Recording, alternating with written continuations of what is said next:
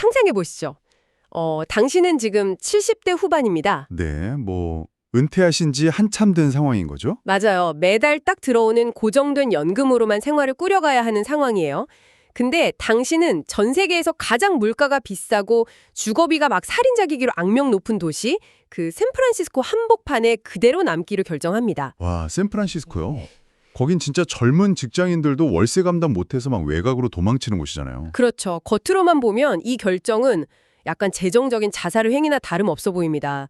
아니 대체 왜 그런 선택을 했을까요? 상식적으로는 참 이해하기 힘든 결정이죠. 네, 하지만 오늘 이 깊은 탐구를 통해서 어쩌면 이 비합리적으로 보이는 선택이 당신이 노후에 취할 수 있는 가장 현명하고 완벽한 생존 전략일 수 있다는 사실을 낱낱이 파헤쳐 보려고 합니다. 보통 은퇴라고 하면 그 복잡하고 시끄러운 콘크리트 정글을 떠나서 뭔가 한적한 호숫가나 조용한 산자락에 전원주택을 딱 짓는 모습을 떠올리시잖아요. 아, 그렇죠. 텃밭 가꾸고 막 맑은 공기 마시면서. 네네. 수십 년간 시달려온 출퇴근길 교통체증이랑 매연에서 벗어나는 삶.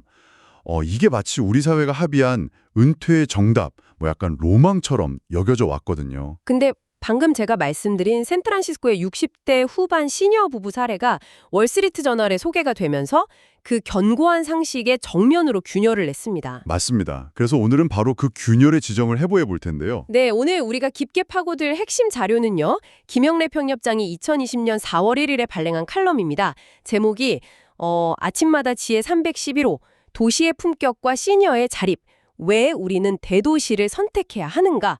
입니다. 제목부터가 아주 도발적이죠. 네, 이 자료는 기존의 은퇴 이주 공식을 완전히 뒤집고 있어요. 왜 그 비싸고 막 삭막해 보이는 대도시가 시니어의 존엄을 지켜줄 최적의 장소인지 그 숨은 논리를 전개하고 있거든요. 본격적인 탐구에 들어가기 전에 저희가 꼭 짚고 넘어가야 할 부분이 하나 있죠. 아, 네네, 맞습니다. 원문을 쭉 살펴보면요. 저자가 자신의 주장을 뒷받침하기 위해서 약간 보수적인 관점이라던가 진정한 보수주의, 이런 특정 이념적인 단어들을 꽤 사용하고 있어요. 저자 개인의 정치적이나 사회적 세계관이 텍스트에 좀 강하게 투영된 결과물인 거죠? 그렇습니다. 그래서 이 시간 동안 저희가 그런 특정 이념이나 입장을 대변하거나 지지하는 것은 절대 결코 아니라는 점을 명확히 하고 싶습니다. 네, 저희는 철저히 중립을 지킵니다. 맞아요. 우리의 목적은 오직 원문이 제시하는 논리의 구조, 그리고 그 이면에 담긴 경제적, 사회적 메커니즘을 객관적으로 해체해서 지금 이 방송을 듣고 계신 당신에게 새로운 통찰의 재료를 제공하는 것뿐입니다. 좋습니다. 그럼 다시 그 샌프란시스코 부부의 이야기로 돌아가 보죠. 네, 젊고 돈 잘 버는 직장인들조차 천문학적인 월세를 감당 못해서 도시 외곽으로 막 밀려나는 마당에 연금 생활자가 그곳에 남는다는 건 대체 어떤 논리로 설명될 수 있을까요? 저자는 이 현장을 설명하기 위해서 비용과 가치라는 두 가지 축을 완전히 새롭게 정의해요. 그러니까 이 부부가 샌프란시스코에 남은 이유는 경제적으로 무지해서가 아니라는 거죠. 아, 계산을 못해서 남은 게 아니다. 그렇죠. 오히려 그 대도시가 제공하는 사회적 자산의 가치가 그들이 매달 내야 하는 막대한 주거비나 생활비보다 훨씬 더 크고 치명적이라고 냉정하게 계산했기 때문입니다. 경제적 효율성을 단순히 지출을 줄이는 것으로만 본 게 아니네요. 네, 맞아요. 비용 지불을 내 생존과 존엄을 유지하는 데 필수적인 인프라를 구매하는 대가로 완전히 재해석한 겁니다. 그 사회적 자산이라는 개념을 약간 구체적인 우리 일상으로 끌어내려 보면 어떨까요?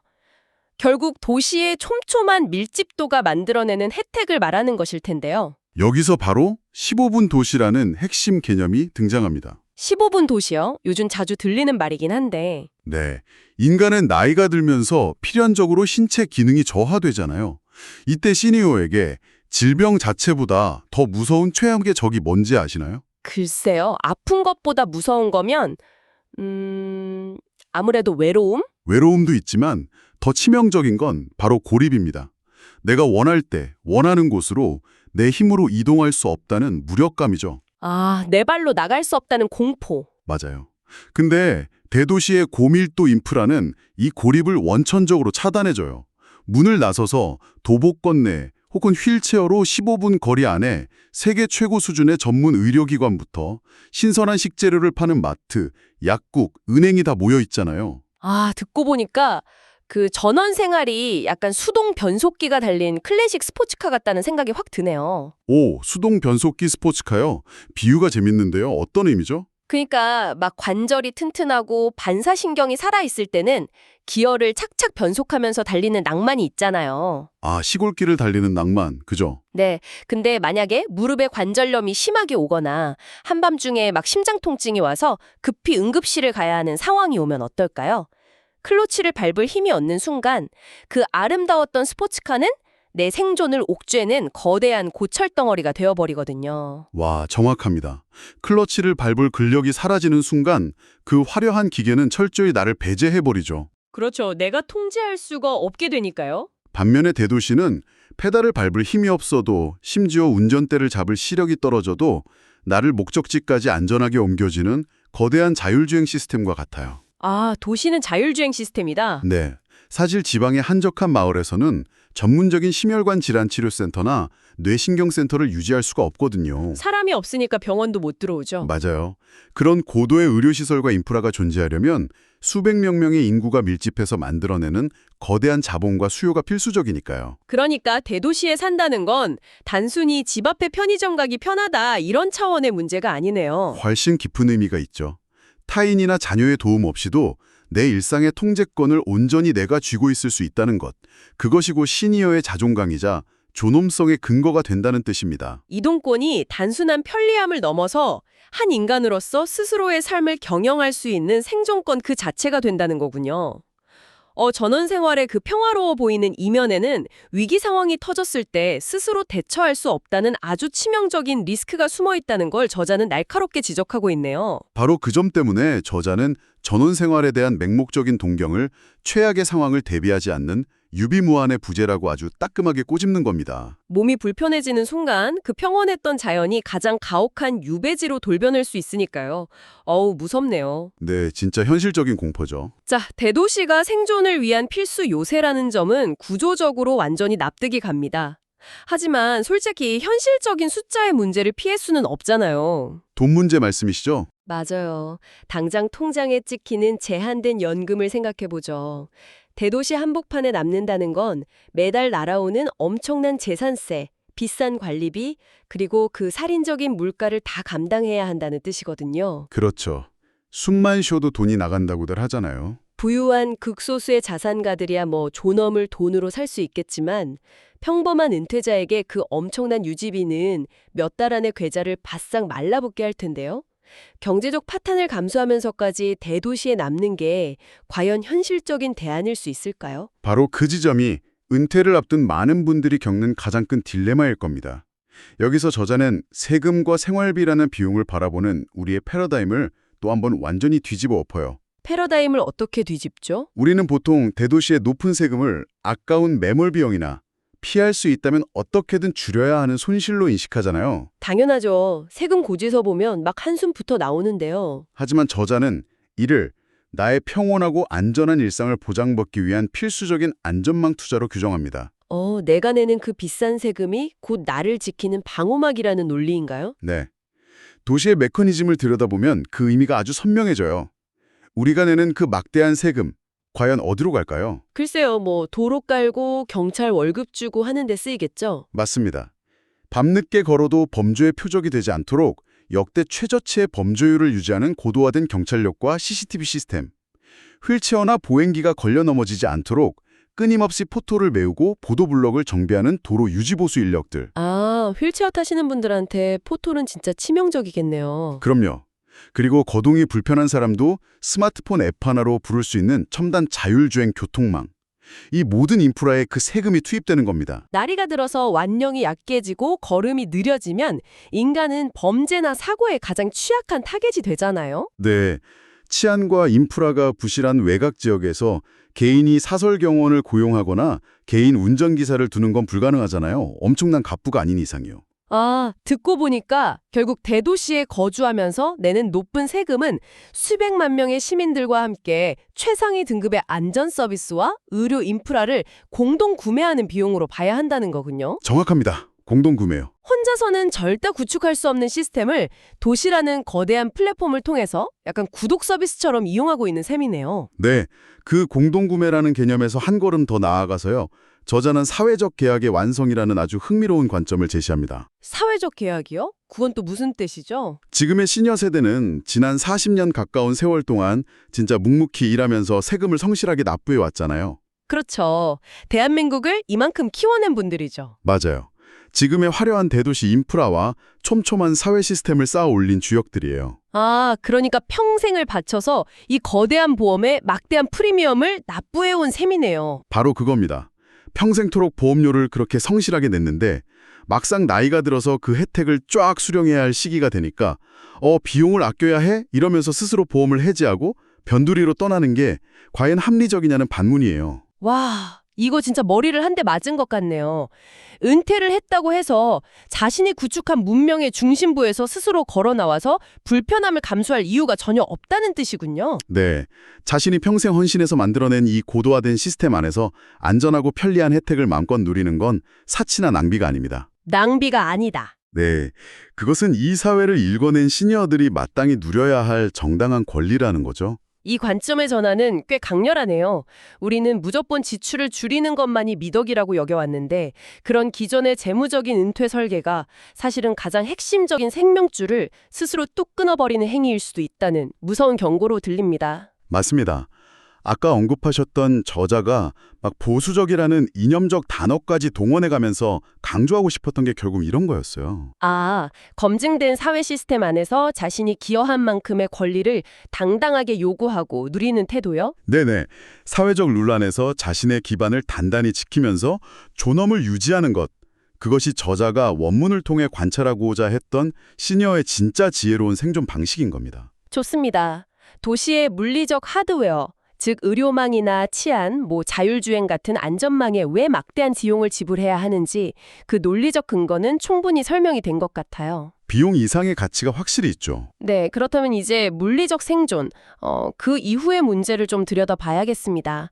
아무리 안전하고 편리한 도시의 방 안에 앉아 있다고 해도 그냥 창밖만 멍하니 바라보고 있다고 해서 행복해지는 건 아니잖아요. 그렇죠.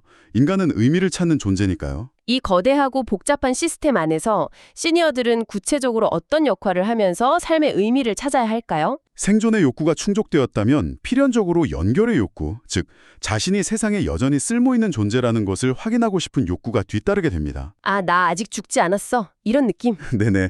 원문은 이 지점에서 시니어의 적극적인 사회적 공헌, 이른바 노블레스 오블리주의 실천을 대안으로 딱 제시해요. 노블레스 오블리주요.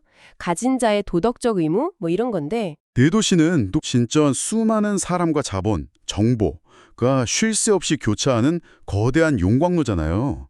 그만큼 시니어가 참여할 수 있는 사회적 역할의 무대도 무궁무진하게 널려 있다는 뜻이죠. 단순히 지역복지센터에서 바둑 두시거나 시간 보내는 걸 넘어서는 그런 역할을 의미하는 거겠죠? 물론입니다. 대도시에는 수많은 교육기관, 대학, 스타트업, 비영리 단체들이 밀집해 있거든요. 시니어들은 평생의 커리어를 통해 축적한 고도의 전문 지식, 위기 관리 능력, 그리고 사람 다루는 인간관계의 지혜를 가지고 계세요. 맞아요. 그건 책이나 인터넷 검색으로 젊은 세대가 절대 배울 수 없는 무형의 자산이죠. 저자는 시니어들이 단순히 보호받아야 할 약자의 프레임에 갇히는 걸 거부합니다. 대신 지역사회의 멘토이자 원로로서 이 지혜를 적극적으로 사회에 환원해야 한다고 엄청 강조해요. 구체적으로 어떤 식의 환원이 가능할까요? 도서관에서 아이들에게 책을 읽어주는 다정한 봉사부터 시작해서요. 젊은 창업가들에게 경영의 지혜와 위기 극복 노하우를 조언하는 멘토링까지 그 형태는 진짜 다양할 수 있습니다. 아, 은퇴와 동시에 막 세상의 메인 무대에서 객석 저 뒷자리로 쓸쓸하게 쫓겨나는 게 아니라 여전히 조명이 비추는 무대 위에서 새로운 배역을 맡아 연기를 계속한다는 느낌이네요. 멋집니다. 이러한 사회적 참여는 개인의 우울증을 예방하고 자존감을 확 높여주는 훌륭한 심리적 방어 기제이기도 하고요. 사회 전체적으로 봐도 좋겠네요. 네, 사회 전체적으로도 세대 간의 단절을 아주 훌륭하게 봉합해줘요. 외곽의 단절된 공간에 시니어들끼리만 키리키리 모여 사는 게 아니라 젊은이들의 활력과 시니어의 지혜가 일상적인 공간에서 끊임없이 섞이고 교류할 때 그때 비로소 진정한 사회적 통합이 이루어진다는 거죠. 지금까지 우리가 이야기한 이런 사회적 참여는 그래도 어느 정도 건강이 허락해서 스스로 밖을 막 돌아다닐 수 있는 시기를 전제로 하는 거잖아요. 그렇죠. 아직 활동이 가능할 때의 이야기죠. 여기서 우리의 시선을 조금 더 냉정하고 약간 깊숙한 곳으로 옮겨보겠습니다. 은퇴 이후의 삶을 흔히 신체적 활동 능력에 따라서 나누곤 하잖아요. 네, 고고, 슬로우고, 노고 이렇게 나누죠. 맞아요. 여행도 다니고 막 활발하게 움직이는 고고 시기, 그리고 움직임이 다소 느려지는 슬로우고 시기, 마지막으로 결국 누군가의 도움이나 휠체어에 의존해야만 하는 노고 시기. 저는 이 자료 보면서 이 노고 시기에 대한 묘사와 통찰이 가장 깊은 잔상을 남기더라고요. 사실 많은 분들이 은퇴를 계획하실 때 본인의 신체가 점진적으로 쇠퇴해서 결국 집 밖을 나갈 수 없게 되는 이 노고 시기를 애써 외면하거나 아주 막연한 먼 미래로 미뤄둡니다. 생각하기 싫거든요. 피하고 싶은 현실이죠. 하지만 의학의 발달로 수명이 길어지면서 이 거동 불편기가 우리 삶에서 생각보다 꽤 길고 비중 있는 시간을 차지하게 되었어요. 대도시의 진정한 가치와 위로는 바로 이 가장 취약한 시기에 극대화됩니다. 맞습니다. 원문의 묘사가 참 탁월했는데요.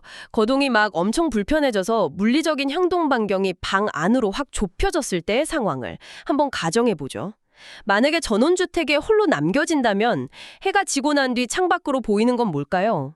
그냥 칠흑 같은 어둠과 정막뿐이겠죠? 개 짖는 소리 정도? 그렇죠. 완벽한 고립입니다. 하지만 대도시 한복판이라면 이야기가 완전히 다릅니다. 비록 내 두 발로 걷지 못하더라도 휠체어를 탄 채로 내 집 앞까지 완벽하게 도킹하는 자율주행 택시를 부를 수 있잖아요. 네, 그것 타고 미술관에 가서 조용히 예술작품을 감상할 수도 있고요. 단차 없이 설계된 배리어 프리 인프라를 갖추고 있으니까 휠체어로도 제약 없이 어디든 이동할 수 있죠. 심지어 체력이 완전히 다해서 그마저도 벅차고 아예 집 밖을 나가지 못하는 순간이 오더라도 다릅니다. 아, 침대에 누워만 있어야 할 때요? 네. 침대에 누워서 그냥 창밖을 바라보는 것만으로도 세상과의 강렬한 연결감을 느낄 수 있거든요. 맞아요. 그 끊임없이 이어지는 가로등 불빛, 도로를 막 달리는 자동차들의 헤드라이트 궤적, 옆 건물에서 새어나오는 사람들의 온기 같은 것들. 그 시각적이고 청각적인 자극들이 계속해서 말을 걸어오는 거예요. 너는 아직 사회에서 잊혀지지 않았다. 아, 너는 여전히 이 거대하고 역동적인 유기체의 일부다. 이런 위안을 주는 거군요. 그렇죠. 저는 이것이 인간의 존엄성을 마지막 순간까지 지탱해주는 아주 강력하고 핵심적인 감각이라고 생각합니다. 인간은 본능적으로 타인의 존재를 통해서 자신의 살아있음을 확인하는 사회적 동물이잖아요. 깊은 산속의 적막함은 뭐 한 며칠 정도 휴식하러 갈 때는 달콤할 수 있겠지만 끝을 알 수 없는 쇠퇴기에는 진짜 견딜 수 없는 공포와 우울로 다가올 것 같아요. 결국 저자가 말하는 대도시는 젊고 강한 자들만이 살아남는 치열한 전쟁터가 아닙니다.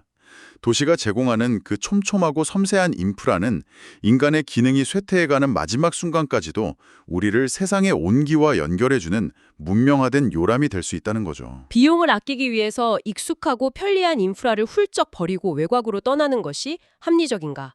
아니면 그동안 내가 세금을 내며 든든하게 구축해온 이 문명의 요람 속에서 존엄하고 당당하게 생의 마지막 챕터를 완성하는 것이 합리적인가? 아주 묵직한 질문이죠. 네, 오늘 우리가 다룬 이 깊은 탐구는 바로 이 질문에 대한 저자의 단호한 대답이었습니다. 이 이야기를 듣고 계신 당신의 생각은 어떠신가요? 생각의 전환이 좀 되셨을지 궁금하네요. 당신이 머릿속에 막연하게 스케치해 두었던 은퇴의 풍경은 그저 얼마나 돈을 아낄 수 있느냐에만 맞춰져 있었나요? 아니면 내 삶의 통제권과 세상과의 연결성을 얼마나 오래 유지할 수 있느냐에 맞춰져 있었나요? 익숙한 관성을 깨는 건 늘 좀 불편하죠. 하지만 분명 새로운 시야를 열어줍니다. 당신이 지금 살고 있는 동네, 매일 무심코 지나치는 그 아스팔트 길과 15분 거리의 상가들이 어쩌면 훗날 당신의 자립을 끝까지 지켜줄 가장 든든한 요새가 될지도 모릅니다. 이제 오늘 우리의 탐구를 갈무리하면서 이 논리 끝에 매달려 있는 약간 도발적인 질문 하나를 당신에게 던지고 싶습니다. 어떤 질문이죠? 만약 오늘 다룬 이 원문의 논리가 진짜 현실이 된다면 어떻게 될까요? 수많은 시니어들이 이 문명화된 요람의 혜택을 온전히 누리기 위해서 대도시를 떠나지 않고 도심 한복판에 꽉 남기로 결심하는 겁니다. 다들 안 떠나고 남는다. 네. 그리고 그분들의 거대한 자본과 투표권이 도시의 행정과 인프라의 발전 방향을 바꾸기 시작하겠죠? 와, 그렇게 되면 도시의 진화 방향 자체가 완전히 달라지겠군요. 그렇습니다. 그동안 무조건 빠르고 높고 효율적인 것만을 미덕으로 추구해온 이 메트로폴리스가 어떤 모습으로 변할지 한번 상상해 보십시오. 모든 교차로의 턱은 완전히 사라지고 휠체어와 보행기가 가장 우선순위를 갖는 느릿느릿하고 널찍한 산책로가 도심의 혈관처럼 뻗어나갈 것입니다. 도로에는 휠체어째로 쓱 탑승할 수 있는 자율주행 모빌리티들이 혈구처럼 돌아다니겠네요. 맞아요. 그리고 번화가의 예쁜 카페와 도서관 곳곳에는 노트북을 켠 젊은이들과 백발의 시니어들이 나란히 앉아서 대화를 나누는 풍경이 아주 당연한 일상이 될 것입니다. 어쩌면 우리가 미래에 목격하게 될 대도시는 삭막한 콘크리트 정글이 아니라 인류 역사상 가장 세련되고 거대한 메가 실버타운으로 진화하게 되지 않을까요? 메가 실버타운? 와, 젊은이들의 출근길과 시니어들의 산책길이 완벽한 조화를 이루면서 공존하는 곳. 당신이 앞으로 맞이하고 또 살아갈 그 미래의 도시 풍경은 과연 어떤 모습일지 오늘 밤 한 번쯤 깊게 상상해 보시길 권해드립니다. 은퇴와 도시의 본질을 완전히 재설정해보는 아주 흥미롭고 철학적인 화두가 될 것 같습니다. 네, 당신이 평생을 바쳐 땀 흘려 짓고 당신의 세금으로 든든하게 지탱해온 이 거대한 도시는요. 어쩌면 당신이 생각하는 것보다 훨씬 더 따뜻하고 단단하게 당신의 마지막을 안아줄 준비가 되어 있을지도 모릅니다. 오늘의 깊은 탐구는 여기까지입니다. 내 삶의 통제권을 잃지 않는 당신의 품격 있는 미래를 진심으로 응원합니다.